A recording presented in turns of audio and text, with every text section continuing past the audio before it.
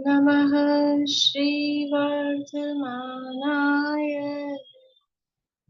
निर्धूतकलिलात्मने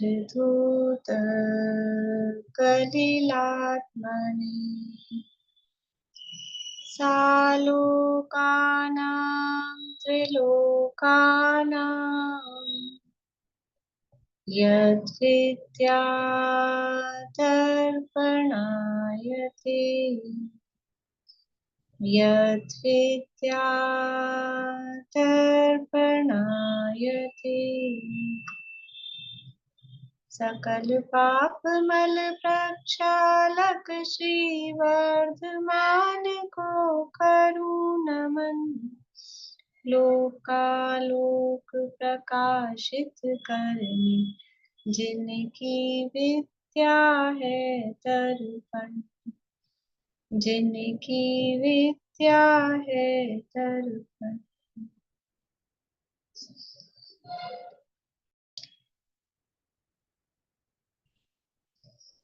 रत्नकरण शावकाचार्य नामक की ग्रंथ है, आचार्य समंतभद्र स्वामी द्वारा रचित। इसके अंतर्गत अपना पंचम शिक्षाव्रत अधिकार चल रहा है। इसके अंतर्गत जो तीसरा शिक्षाव्रत है प्रोषधोपवास, उस प्रोषधोपवास शिक्षाव्रत की चर्चा कल अपनी हुई थी। उसके अतिचारों की भी चर्चा अपन ने कल की थी। उस श्लोक को एक बार फिर से देखेंगे।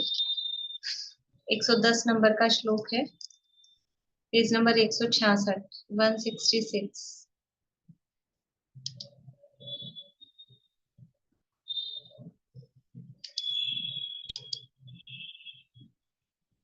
इसमें थोड़ा वो संधि विच्छेद और अर्थ कल प्रॉपर नहीं हो पाया था।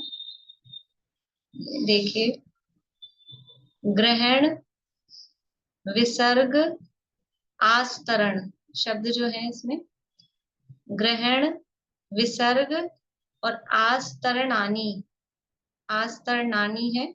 मतलब वो जो विभक्ति है वो लास्ट वाले में लगाइए। तीन चीजें हैं, ग्रहणानी, विसर्गाणी, आस्तरणानी, तो लास्ट वाले में लगाइए विभक्ति। ग्रहण, विसर्ग, आस्तरण, आस्तरणानी, अदृष्ट मृष्टानी, अदृष्ट मृष्टानी, अनादर और अस्मरण, ये 5 अतिचार हैं। तो अदृष्ट मृष्ट ग्रहण, अदृष्ट मृष्ट विसर्ग और अदृष्ट मृष्ट आस्तरण, ये अदृष्ट मृष्ट है वो तीनों के साथ लगेगा, तो 3 ही हो गए। फिर अनादर और अस्मरण, इस तरह से ये 5 अतिचार हैं। तत्वार्थ सूत्र में जो अतिचार दिए हैं प्रोषधोपवास के, वो बता सकते हैं कोई? कल मैंने बोला तो नहीं था, लेकिन ख्याल में आना चाहिए था कि वहां भी अपन पढ़ के आए हैं 7वें अध्याय में प्रोषधोपवास के अतिचार। अप्रत्यवेक्षिता प्रमार्जितोत्सर्गादान संस्त्रोक्रमणानादर स्मृत्यनुपस्थानानि, सेम यही है, अंतर नहीं है। बस वहां यहाँ अदृष्ट मृष्ट दिया है और वहां अप्रत्यवेक्षित, अप्रमार्जित, ये 2 शब्द दिए हैं। तो अर्थ उसका वही है कि बिना देखे और बिना प्रमार्जन किए हुए। यहाँ पर भी वही अदृष्ट मृष्ट जो शब्द दिया है उसका जो अर्थ किया है वो यही है कि बिना देखे और बिना शोधे। अदृष्ट मृष्ट, बिना देखे बिना शोधे ग्रहण करना। अदृष्ट मृष्ट तो उपकरणों को, जो भी चीजें उठा रहे हैं उनको ग्रहण करना। फिर अदृष्ट मृष्ट विसर्ग, विसर्ग का अर्थ होता है छोड़ना, तो छोड़ना मतलब रखना, धरना। तो वहां था अप्रत्यवेक्षित अप्रमार्जित उत्सर्ग और आदान। उत्सर्ग मतलब छोड़ना, आदान मतलब ग्रहण करना, वो भी वहां पर भी सेम यही अर्थ है, बस शब्द दूसरे हैं, अर्थ वही है। फिर तीसरा है अदृष्ट मृष्ट आस्तरण। आस्तरण का अर्थ होता है संस्तरण, बिस्तर, बिछावना, चटाई आदि जो भी होते हैं। और दूसरा अगर अस्तरण करते हैं उसका अर्थ, अस्तरण का अर्थ होता है जो पैर पसारना, फैलना, फैलाना, ऐसा, वो भी उसका अर्थ होता है। तो यहाँ दोनों अर्थ अपने को इसमें दिए हैं कि पांव आदि फैलाना या फिर बिस्तर बिछाना। तो बिना देखे बिना शोधे वस्तुओं को ग्रहण करना, बिना देखे बिना शोधे वस्तुओं को विसर्ग यानी छोड़ना रखना, और बिना देखे बिना शोधे बिस्तर मतलब चटाई आदि आसन आदि जो संस्कार हैं वो बिछाना या अपने पैर आदि फैलाना, ये 3 हो गए। फिर चौथा है अनादर, ये प्रोषदोपवास के प्रति या वहां उस समय जो आवश्यक क्रियाएं करनी है उनके प्रति अनादर का भाव, और अस्मरण आवश्यक क्रियाओं को भूल जाना। इस तरह से ये प्रोषदोपवास के 5 अतिचार यहाँ पर कहे गए हैं। ठीक है, बोलिए। अदृष्ट मृष्ट माने क्या है? अदृष्ट मृष्ट मतलब बिना देखे बिना शोधे। अदृष्ट बिना देखे और अमृष्ट मतलब बिना शोधे। बिना देखे बिना शोधे, देखो दो बार क्यों दिया है? बिना देखे में ही काम चल जाता, लेकिन हमने देख तो लिया, अकेला देखना नहीं होता है। शोधना में थोड़ा बारीकी से गहराई से हमने देख ली, चटाई रखी, कल मैंने चटाई का उदाहरण दिया था, पर उसको झाड़ के अकेले देखने से हो सकता है आपको नहीं दिखे उसमें जीव जंतु, फिर झाड़ के देखना कि उसमें है, या बारीकी से देखना, वो शोधना है। कि ऊपरी ऊपर ऊपर ऊपर से नहीं दिखते हैं कितनी बार, और फिर झाड़ो या थोड़ा बारीकी से शांति से देखो, रुक के 2 मिनट, तो फिर उसमें जीव जंतु दिखाई दे जाते हैं। तो इसलिए अदृष्ट अमृष्ट 2 बार 2 चीजें दिए, बिना देखे बिना शोधे। तो कोई भी वस्तु है उठा रहे हैं रख रहे हैं, मतलब ये हमारी लाइफस्टाइल होनी चाहिए। ये हमारा जीवन में ही ऐसा नहीं है कि अब आज उपवास किया है तो आज देख शोध के रखना है, फिर नहीं होएगा। अगर ये हमारे जीवन में नहीं है ना ये चीज, तो अकेले उपवास के दिन नहीं, इसीलिए नहीं होता है, इसीलिए गड़बड़ होती है, इसीलिए अतिचार लगते हैं। क्योंकि बाकी पूरे दिन तो 15 दिन तो ऐसे ही चला रहे हैं अपन बिना देखे, क्योंकि बस उपवास वाले दिन के लिए का है देख शोध के उठाना रखना, ये हमेशा के लिए है। चारा जमीन देख के खाली मुनिराज को ही चलना है ऐसा नहीं है, सबको ही नीचे देखकर ही चलना चाहिए। एक ऐसा वो चलता है दोहा सा, मतलब मजाक वाला, नीचा देखा गुण भला, गिरी पड़ी वस्तु मिल जाए, नहीं, नीचा देखा गुण भला, जीव जंतु बच जाए, ठोकर भी लागे नहीं, पड़ी वस्तु मिल जाए। नीचे देख के चलने में कितने गुण है कि जीव जंतु बच जाते हैं, अपने को ठोकर नहीं लगती, और कुछ गिरा पड़ा कुछ हो तो मिल जाए। मतलब वो यद्यपि उचित नहीं है, लेकिन वो मजाक वाली बात है कि कुछ मिल भी जाए नीचे गिरा हुआ। अपना गिरा हुआ हो तो अच्छी बात है ना, कि नीचे देख के चल रहे थे और अपना गिर गया था तो मिल गया। तो ये लाइफ स्टाइल, ये श्रावक की, मुनि की, एक जैन की, एक मनुष्य की लाइफ स्टाइल है कि किस तरह से चलना। मतलब जिनवाणी हर चीज सिखाती, जिस पता है माता उंगली पकड़ के बच्चे को एक एक काम सिखाती है, और वो माता का ही अनुसरण करता है बच्चा। तो ऐसे ही जिनवाणी माता हमको उंगली पकड़ के एक एक, चलें तो कैसे चलें, कोई चीज उठाए रखें तो कैसे उठाए रखें, बोले तो कैसे बोलें, क्या बोलें, कब बोलें, कितना बोलें, एक एक चीज ये जिनवाणी हमको सिखाती है। इसलिए जिनवाणी हमारी माता है।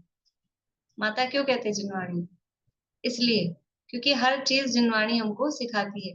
जीना तो कैसे जीना, और मरना तो कैसे मरना, ये सब जिनवाणी सिखाती है। इसलिए जिनवाणी हमारी माता है। तो ये अतिचार यहाँ प्रोषदोपवास के कहे हैं, लेकिन इसमें स्पेशली ध्यान रखने वाली बात है। पर ऐसे काम तो डेली रूटीन लाइफ में भी बिना देखे बिना सोधे, ना कुछ उठाना, ना रखना, ना बिस्तर बिछाना, आवश्यक काम भूलना नहीं, जो भी रूटीन के आवश्यक काम है। जब कोई व्यक्ति भूल जाता है क्या, ब्रश करना भूल जाए, भोजन करना भूल जाए, ऐसा होता है क्या? नहीं भूलते। वो तो कोई थोड़ा माइंड से ही किसी को प्रॉब्लम हो तो उसको बीमारी कहते हैं कि अभी भूल गए ये काम, कि अभी भोजन कर लिया था फिर दोबारा आके कहे आदमी की मैंने भोजन नहीं किया, तो वो तो बीमारी है। लेकिन सामान्य व्यक्ति भूलता नहीं है ना, ये तो काम है रोज के रूटीन। तो ऐसे ही ये श्रावक के जो भी कर्तव्य हैं, अथवा जो व्रत आदि के दिनों में जो हमारे आवश्यक काम है, उसको भूलना नहीं, भूलेगा ही नहीं, सामान्य रूप से नहीं भूलता है, पर किसी विशेष परिस्थिति में कदाचित भूल गया तो वो अतिचार यहाँ पर कहा गया है। अब वैयावृत्य नाम का शिक्षाव्रत कहने वाला श्लोक कहते हैं। देखिए यहाँ तो वैयावृत्य कहा है, और दूसरी जगह अपन ने तत्वार्थ सूत्र में भी, छेड़ाला में भी, वहां पर क्या नाम दिया है इस व्रत का, चौथे व्रत का? बोलिए पूर्णिमा। अतिथि संविभाग। अतिथि संविभाग। तो यहाँ पे भी वैयावृत्य को उसी के साथ कनेक्ट कर रहे हैं, बिल्कुल नाम तो अलग है, लेकिन वैयावृत्य में थोड़ा व्यापकता आ रही है। उसमें सेवा और अतिथि संविभाग दोनों गर्भित हो जाएंगे। अतिथि संविभाग में अकेला वो आहार दान वाली वही वाली बात रहती है, इसलिए यहाँ पे वैयावृत्य लिया है। अपन करते हैं चर्चा, फिर साथ में उसकी भी करेंगे। और आप लोगों को ये भी इसमें देखना है, यद्यपि बीच बीच में अपन ने चर्चा की है, कि एक एक जो भी व्रत है उससे मुनि बनने की शिक्षा किस प्रकार मिल रही है। शिक्षा व्रत दिए है ना, शिक्षा व्रत कहे हैं, तो इनसे हमको मुनि बनने की शिक्षा किस प्रकार मिल रही है वो हमको साथ में देखना है। श्लोक नंबर 111 है, पढ़ते हैं अपन। सोचना अभी आप बोलिएगा पीछे।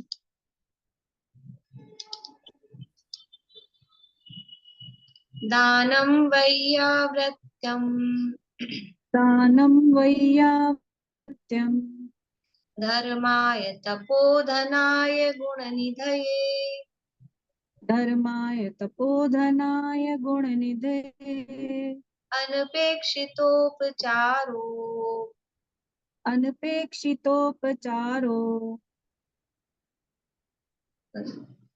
उपक्रियमग्राय विभवेन उपक्रियमग्राहाय विभवेन अग्रिहाय विभवेन उपक्रियमग्रहाय विभवेन दानं वैयावृत्यं धर्माय तपोधनाय गुणनिधये अनपेक्षितोपचारोपक्रियमगृहाय विभवेन। दानं वैयाव्रत्यं धर्माय तपोधनाय गुणनिधये अनपेक्षितोपचारोपक्रियमग्रहाय विभवेन।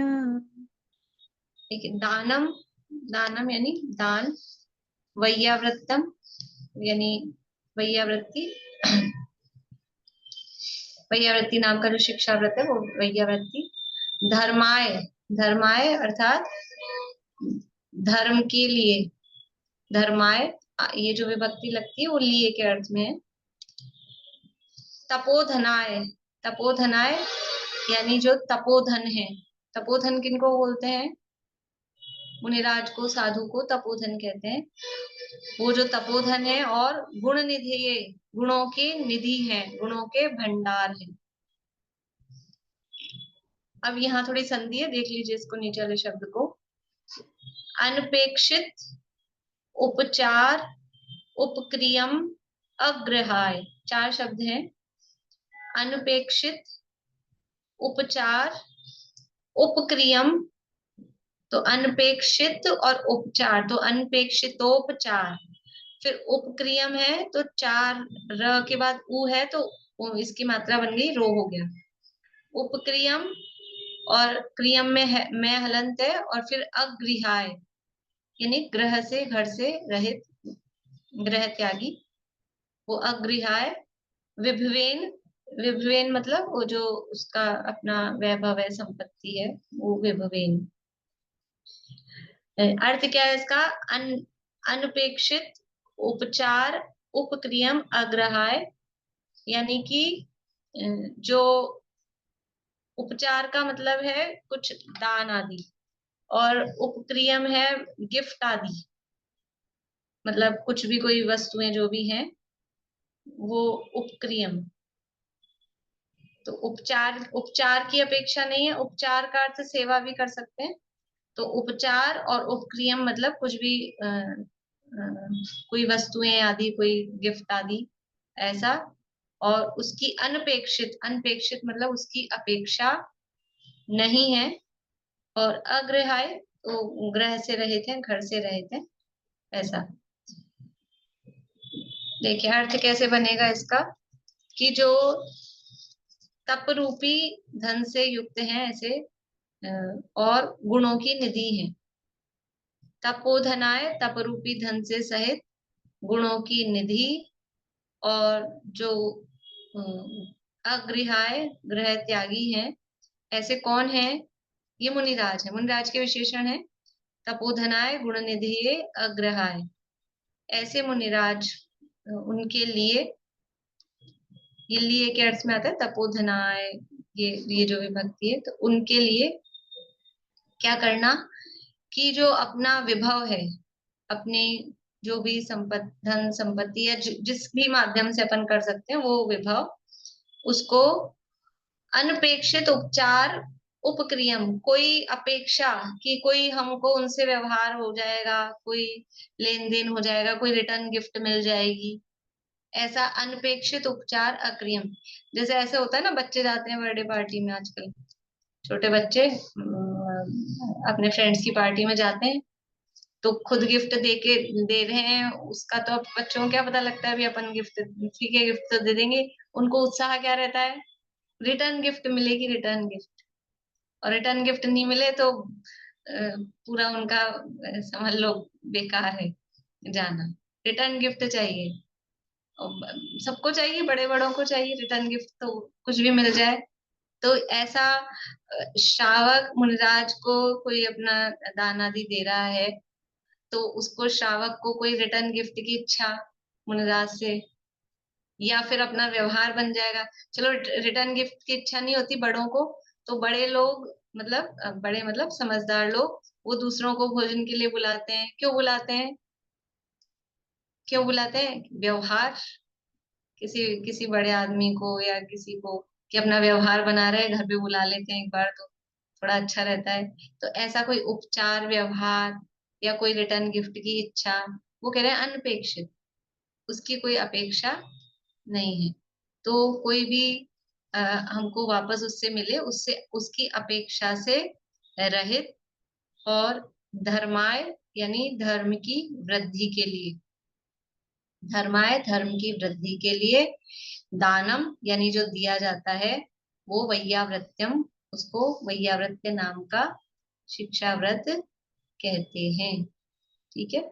जो तपोधन गुण निधि और घर से रहित ऐसे मुनिराज हैं, उनको धर्म की वृद्धि के लिए, जो गृहस्थ विभवेन यानी अपनी संपत्ति के अनुसार जो भी, किसी आकांक्षा के बिना, किसी प्रति कुछ उसको मिले रिटर्न में, उसकी अपेक्षा के बिना जो कुछ देता है, दान करता है, उसको वैयाव्रत कहते हैं। नाम दे रहे हैं वैयाव्रत, पर स्वरूप क्या बता रहे हैं? वही अतिथि समविभाग वाला, दान वाला। ठीक है ना? लेकिन अब उसमें जो देना है, तो वो अकेले आहार का देना ही नहीं है, वो सेवा आदि देना वो भी उसमें लेंगे, इसलिए उसको वैयाव्रत दिया है। तो वैयाव्रत थोड़ा शब्द व्यापक है, उसमें और चीजों को गर्भित किया जा सकता है, इसलिए। देखिए एक बार श्लोक पढ़ते हैं फिर से।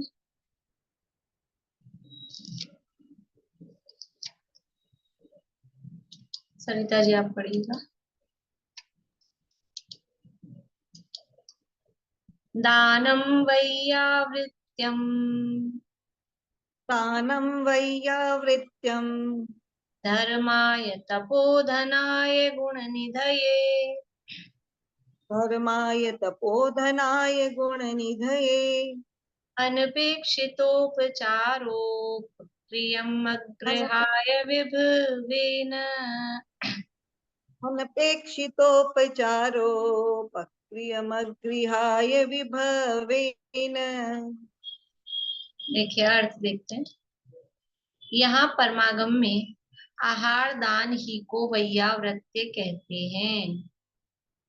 वैयावृत्य क्या है? मैंने वैयावृत्त का जो अर्थ हम लोग करते हैं, वैयावृत्त का मतलब है सेवा। तो क्या सेवा है मुनिराज की, क्या सेवा करेंगे? ये आहार दान, यही है गृहस्थ मुनिराज के, और क्या सेवा कर सकता है? मुनिराज के पैर दबाना और सिर दबाना ये गृहस्थ का काम नहीं है। काम नहीं है मतलब गृहस्थ तो छूता नहीं मुनिराज को, गृहस्थ से नहीं करते हैं। ये गृहस्थ वैयावृत्य जो तप है, ये तप किसके होता है? 12 प्रकार के तप किसके कहे गए हैं? प्रमुखता से, प्रमुखता से किस प्रकरण में आ रहे हैं ये 12 प्रकार के तपों का वर्णन? जो पंचम गुणस्थान वृत्ति होते हैं या महावृत वालों के होते हाँ, दोनों दोनों के होते हैं, दोनों में से एक के। पंचम गुणस्थान वृत्ति के होते पंचम वाले के होते हैं 12 तप, मुनिराज के नहीं होते। मुनिराज के तो होते ही होते हैं, लेकिन व्यावृत्ति तो पंचम गुण स्थान वाले ही करेंगे। उनकी मुनिराज की मुनिराज करेंगे, मुनिराज की मुनिराज करते हैं व्यावृत्ति, ये तो है बात। हाँ, अभी प्रश्न ये था कि ये जो 12 व्रत हैं वो प्रमुखता से किसके कहे गए हैं? तो प्रमुखता से मुनिराज के कहे गए हैं। जो प्रकरण आया है ना संवर के कारणों में, जहाँ तप खो दिया, तो वो मुनिराज की प्रमुखता से है।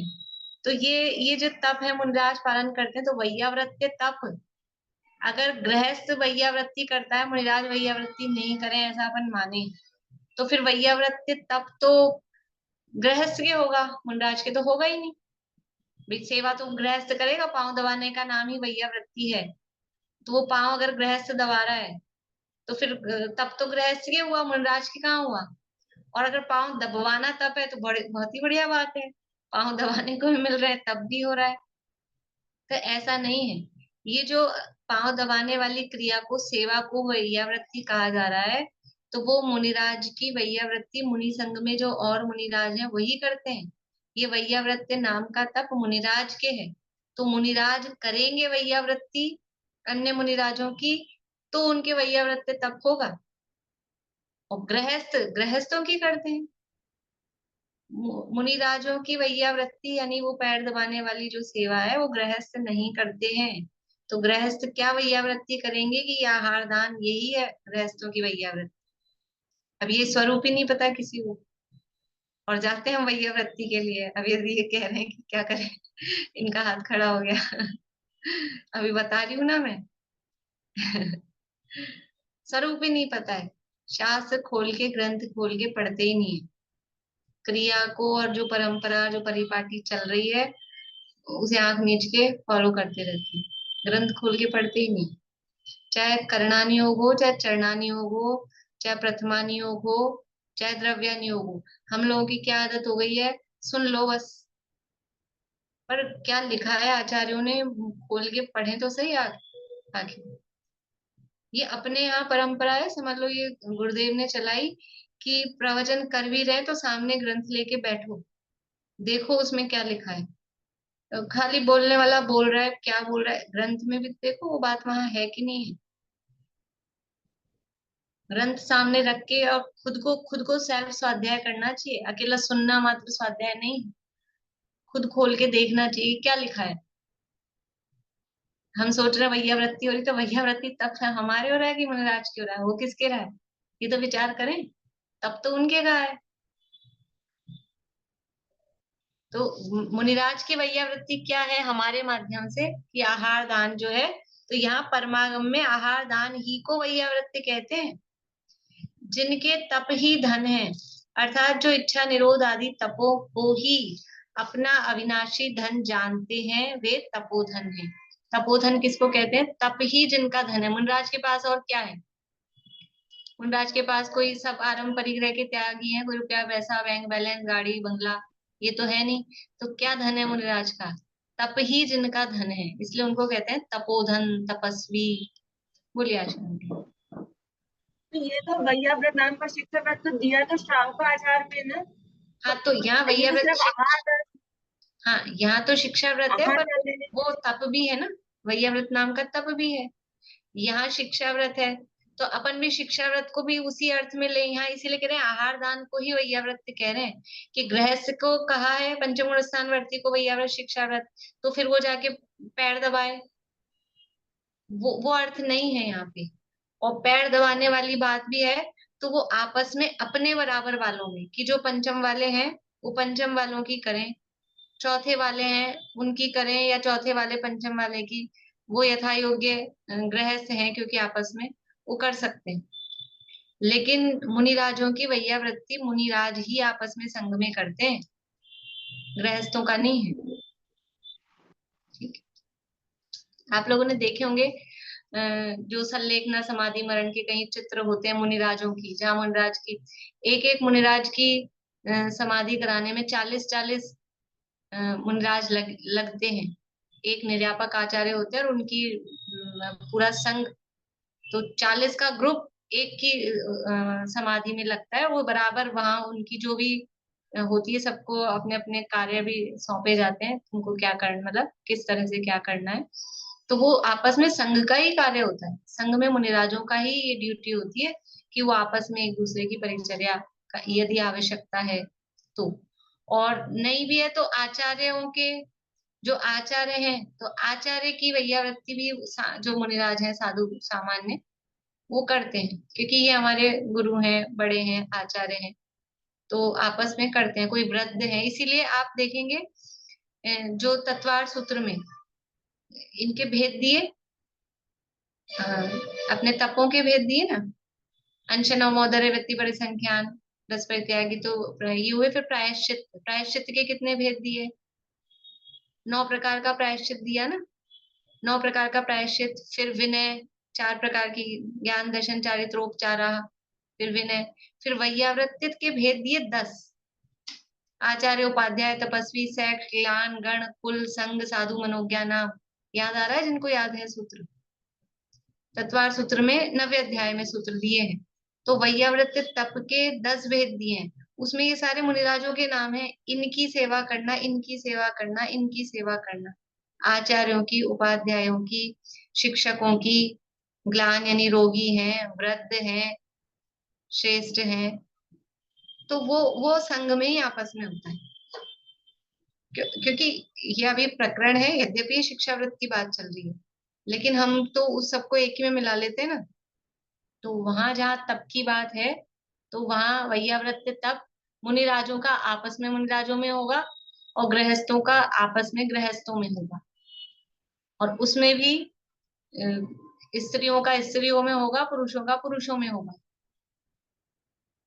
गृहस्थों का आपस में होगा। तो ऐसा मतलब जो भी स्त्री वर्ग का स्त्री वर्ग में होगा, पुरुष वर्ग का पुरुष वर्ग में होगा। इस तरह से वो जो मर्यादाएं हैं वो बराबर रहती है। यहाँ शिक्षाव्रत की बात चल रही है, तो ये तो गृहस्थ के होता है। तो गृहस्थ के क्या है शिक्षाव्रत, इसलिए यहाँ पहली लाइन दी है। यहाँ परमागम में आहार दान ही को वैयावृत्ति कहते हैं। जिनके तप ही धन है, अर्थात जो इच्छा निरोध आदि तपों को ही अपना अविनाशी धन जानते हैं, वे तपोधन है। तप के बिना समस्त कलंक मल रहित आत्मा का शुद्ध स्वभाव रूप अविनाशी धन नहीं प्राप्त होता है। जिन्होंने रागादि कषाय मल को जला देने वाला तप रूपी धन प्राप्त कर लिया है, तथा संसार में नष्ट करने वाला जड़ अचेतन विनाशी स्वर्ण आदि धन का त्याग कर दिया है, ऐसे तप की निधि रत्नत्रय रूप गुणों के निधान परम वीतरागी दिगंबर यतियों को दातार व पात्र की धर्म प्रवृत्ति चलाने के लिए आहार दान देना वह वीतरागी मुनियों की वैयावृत्य है। मतलब वही जो अतिथि समविभाग है, उन नाम बस उसको वैयावृत दिया है, लेकिन मुनिराजों को आहार दान देना उसी का नाम यहाँ वैयावृत्य धन तप शिक्षाव्रत कह रहे हैं। अब ये मुनिराज की विशेषताएं बता रहे हैं, मुनिराज कैसे हैं। तो पहली बात कही जिनके तप ही धन है। तप मतलब क्या, तो इच्छा निरोधः तपः, इच्छा का निरोध, मतलब कि इच्छा का निरोध का मतलब मन मारना। मन तो बहुत हो रहा था, इच्छा तो बहुत हो रही थी, ये खा लें वो खा लें, लेकिन हमने इच्छा का निरोध किया, मतलब हमने अपने मन को मारा, खाया नहीं। इसका नाम इच्छा निरोध नहीं। इच्छा निरोध का मतलब है कि अपने आत्म स्वभाव के अवलंबन से अथवा पंच परमेश्वरी देवशास्त्र गुरु स्वाध्याय आदि के अवलंबन से, चिंतन मनन के अवलंबन से वो इच्छा उत्पन्न ही ना हो, वो भाव उत्पन्न ही ना हो, उसका नाम है इच्छा निरोध। इच्छाएं उत्पन्न होती रहे फिर हम उसकी पूर्ति नहीं करें, तो उसकी पूर्ति नहीं करने का नाम इच्छा निरोध नहीं है। पर वैसे भाव ही ना आए, उसका नाम इच्छा निरोध है। तो वो वास्तव में तप है, असली तप तो वो है। पर उसकी समझ लो एप्लीकेशन के लिए, उसके जीवन में प्रवृत्ति के लिए बाहर में जो भी कहे गए हैं अनशन अमोदर्य आदि, उन तपों को भी ग्रहण किया जाता है। तो जो इच्छा निरोध आदि तपों को ही अपना अविनाशी धन जानते हैं, वे तपोधन है। तप के बिना समस्त कलंक मल रहित आत्मा का शुद्ध स्वभाव रूप अविनाशी धन प्राप्त नहीं होता है। ये तप ही है वो आत्मा को शुद्ध करता है। जैसे सोने को तपाकर शुद्ध किया जाता है, दूध को तपाकर शुद्ध किया जाता है, तपाया जाता है ना, अगर घी को तपाया जाता है मक्खन निकाल के, वो तपकर शुद्ध होते हैं। ऐसे ही ये भी कर्म कलंक से आत्मा मलिन हो रहा है, तो उसको तप के माध्यम से वो शुद्ध अपने स्वभाव को प्राप्त किया जाता है। उसके बिना ये शुद्ध स्वभाव रूप अविनाशी धन प्राप्त नहीं होता। जिन्होंने रागादि कषाय मल को जला देने वाला तप रूपी धन प्राप्त किया है, कर लिया है, तथा संसार में नष्ट करने वाला जड़ अचेतन विनाशी स्वर्ण आदि धन का त्याग कर दिया है। ये तप धन तो उन्होंने प्राप्त किया है, और ये जो दुनिया का धन जो दिखाई देता है, उसका त्याग उन्होंने कर दिया है। ऐसे रत्नत्रय रूपी गुणों के निधान, तप की निधि, वो जो परम दिगंबर वितरागी संत हैं, उनको आहार दान देना। और क्यों देना? कि दातार व पात्र की धर्म प्रवृत्ति चलाने के लिए। दातार कौन है और पात्र कौन है वो आगे बता रहे हैं, कि पात्र कैसे हैं और दाता कैसे हैं, वो सब आगे बताएंगे। लेकिन यहाँ भी अपन एक शब्द में देखें कि दातार और पात्र की धर्म प्रवृत्ति चलाने के लिए। दातार कौन है? दातार कौन है? बोलिए सरोजा। दान देने वाला दाता। दान देने वाला मतलब कौन है यहाँ पर? श्रावक। श्रावक, ठीक है, बढ़िया। दान देने वाला है वो दातार। और पात्र कौन है? पात्र कौन है? बोलिए निशा जी। मुनि जो दान दे रहे हैं मुनिराज, जिनको, जिनको दान दिया जा रहा है वो है पात्र, और जो दान दे रहा है वो दातार। इन दोनों की धर्म प्रवृत्ति चलाने के लिए, इसके लिए दान देना। दोनों की धर्म प्रवृत्ति कैसे चलेगी ये आपको बताना है। दातार है गृहस्थ, पात्र है मुनिराज, दोनों की धर्म प्रवृत्ति चलाने के लिए आहार दान देना, दोनों की किस प्रकार से चलेगी।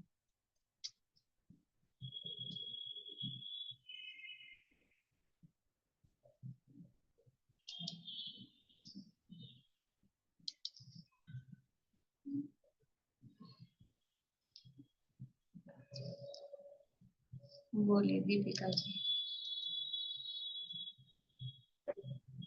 मुनि महाराज के तो आहारचर्या से उनके शरीर की स्थिरता बनी रहेगी, तो वो ध्यान कर पाएंगे, अपना धर्म ध्यान कर पाएंगे। और अपने श्रावकों के लिए तो ये शिक्षा व्रत में आ ही रहा है, हम दान देकर हमारे भावों की शुद्धि करें। ठीक है, बढ़िया, अच्छा बताया। और कोई इसके अलावा कुछ बताना चाह रहे हैं?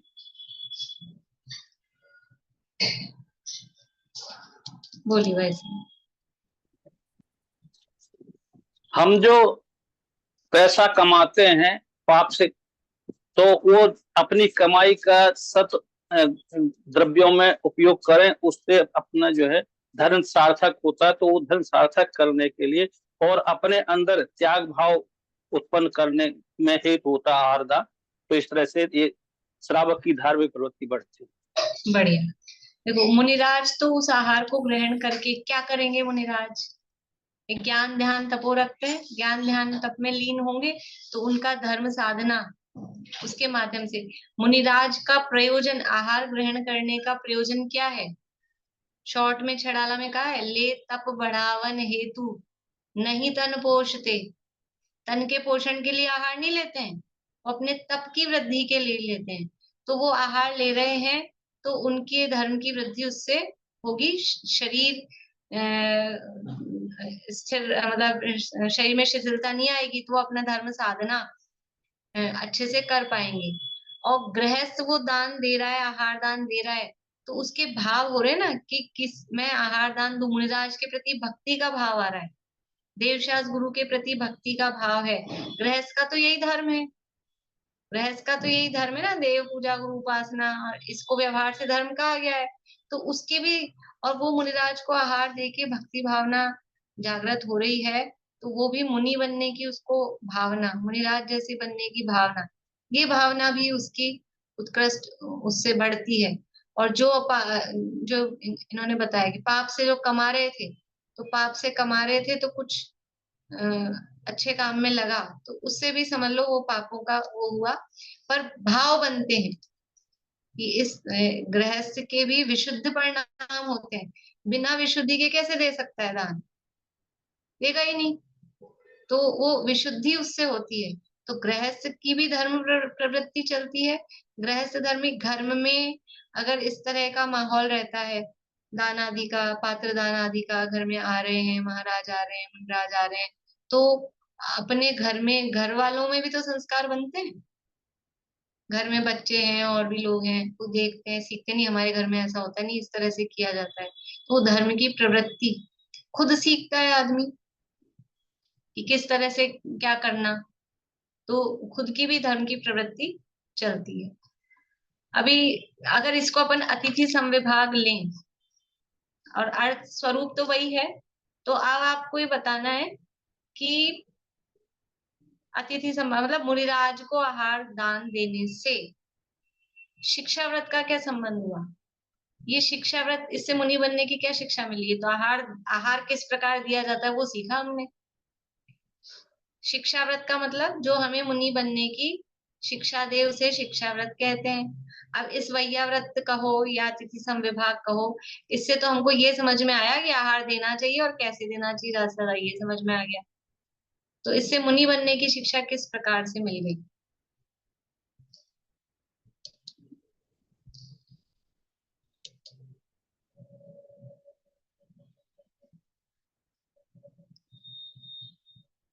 बोलिए कविता।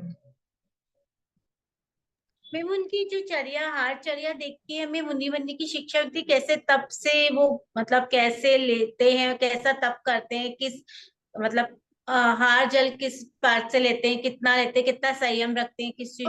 वो कैसे लेते हैं उससे वो हमने देख लिया, तो हमको शिक्षा क्या मिली मुनि बनने की। वो लेते हैं, हमने देख लिया, ठीक है, हमको शिक्षा कैसे मिल रही है कि हम मुनि बने। मैम उनकी जब मैं एक्सप्लेन नहीं कर पा रही हूँ इसको। हाँ मतलब थोड़ा आपसे ही निकलवाना चाह रही हूँ, आप सही बोल रहे हो, बस थोड़ा सा और उसको, ठीक है कोई बात नहीं, बोलिए सुमन जी। नहीं, पता नहीं गलत है सही है कि कोई ऐसा विचार करे कि मुनि बनने के बाद मैं दूसरों पर डिपेंडेंट रहूंगा, मतलब भोजन के लिए। तो अतिथि समविभाग व्रत में जैसा मुझे समझ में आया है कि जो भोजन बना है उसी में से थोड़ा बहुत मुनि लेते हैं, उनको देते हैं। तो कोई भार स्वरूप न तो श्रावक ऐसा कोई कार्य करता है और न उसको मुनि भी कि मैं दूसरों पर बोझ स्वरूप हूँ आहार के लिए, ऐसा उनके मन में भाव आता है। तो ये जो शिक्षा है कि मुनि बनने से हम अपना ही कल्याण करेंगे, हम भार स्वरूप किसी पर, श्रावक पर नहीं रहेंगे आहार के लिए भी। मुझे जो बात समझ में आई मैं ठीक है, अच्छी बात है, बोलिए आशा आंटी। मैं तो ऐसे कह रही थी जैसे भी मुनि को देख के एक तो आपके मुनि बनने के भी भाव हो सकते हैं अगर आप में विशुद्धि हो, क्योंकि आहार दान की महिमा देख के तो वो चार जो जानवर थे उनके परिणाम कितने विशुद्ध हो गए थे ना, जब वो भगवान आदिनाथ भगवान का वो हुआ था। और फिर उसके बाद आप बन गए, तो आपको कैसी चर्या करनी है, आपको कैसे करना है, कैसे उसका पालन करना है, तो दोनों बातें। फिर आपकी कभी इतनी विशुद्धि बढ़ रहा है उसके प्रभाव से कि आप भी कहीं मुनिराज बनने की सोच लो। मैं तो सबसे सबके व्यूज अलग अलग होते हैं, अच्छे हैं, सबका अच्छा है। देखने से इतना वो हुआ कि वो विशुद्धि बढ़ गई, तो फिर देने से और फिर लेंगे, तो फिर कभी अम्मी बने तो कैसे करेंगे, वो दोनों बातें हो गई। बहुत बढ़िया, बोलिए दीपिका जी।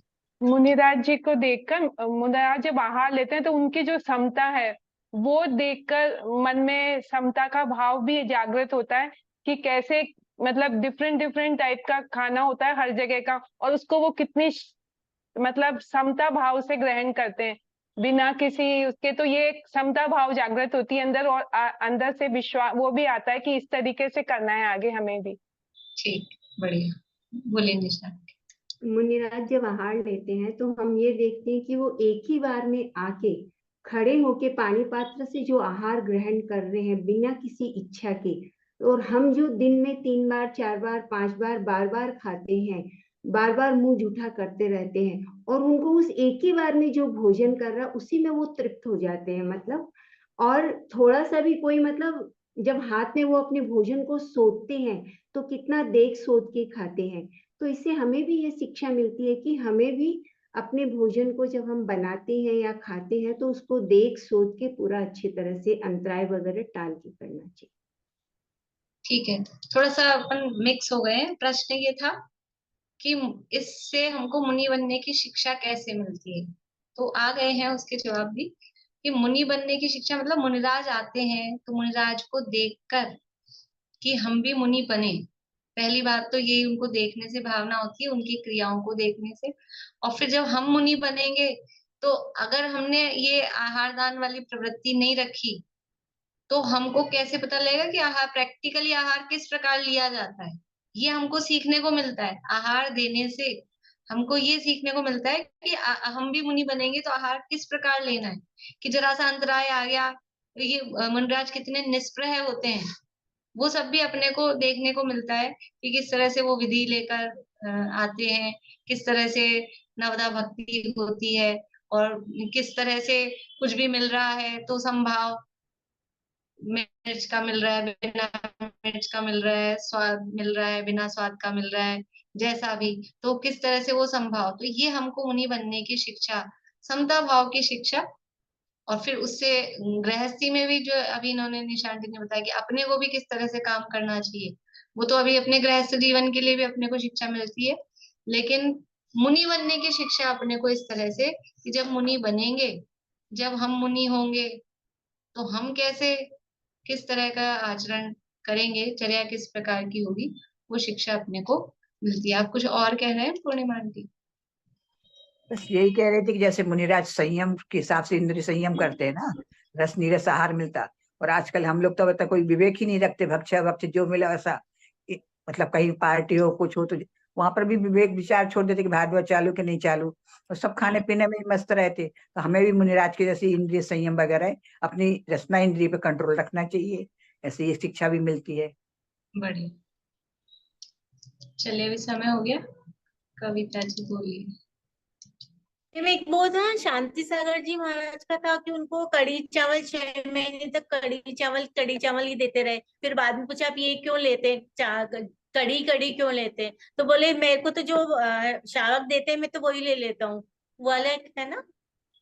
हाँ, मेरे को ख्याल नहीं है, तो वो जो भी है, मतलब वो समता भाव की शिक्षा भी अपने को उससे मिलती है। पर मुनि किस प्रकार बनते हैं, मुनिराज की चर्या कैसी होती है, तो उनके निकट संपर्क का अवसर अपने को मिलता है आहार दान के समय। अदरवाइज इतना निकट संपर्क का अपने को अवसर नहीं मिलता है। तो इस तरह से मुनि बनने की भावना हम सभी की हो, इसी भावना से अभी की बात यहीं पूरी करते हैं। कल की क्लास का क्या करना है, जयपुर वालों को थोड़ी शायद समस्या होगी, बाहर वालों को तो दिक्कत नहीं है, ज्यादातर लोग तो तैयार हैं। मैं मैसेज डाल दूंगी ना, जैसा भी होगा। कुछ लेट करेंगे या फिर एक ही रख लेंगे, या फिर नहीं भी रखेंगे, जो भी होगा आप लोग मैसेज देख लीजिएगा, ठीक है? क्योंकि अभी तो कुछ निर्णय निकलेगा नहीं, कोई हाँ कर रहे हैं कोई ना कर रहे हैं, तो मैं ही विचार करके मैं डाल दूंगी, ठीक है? यस।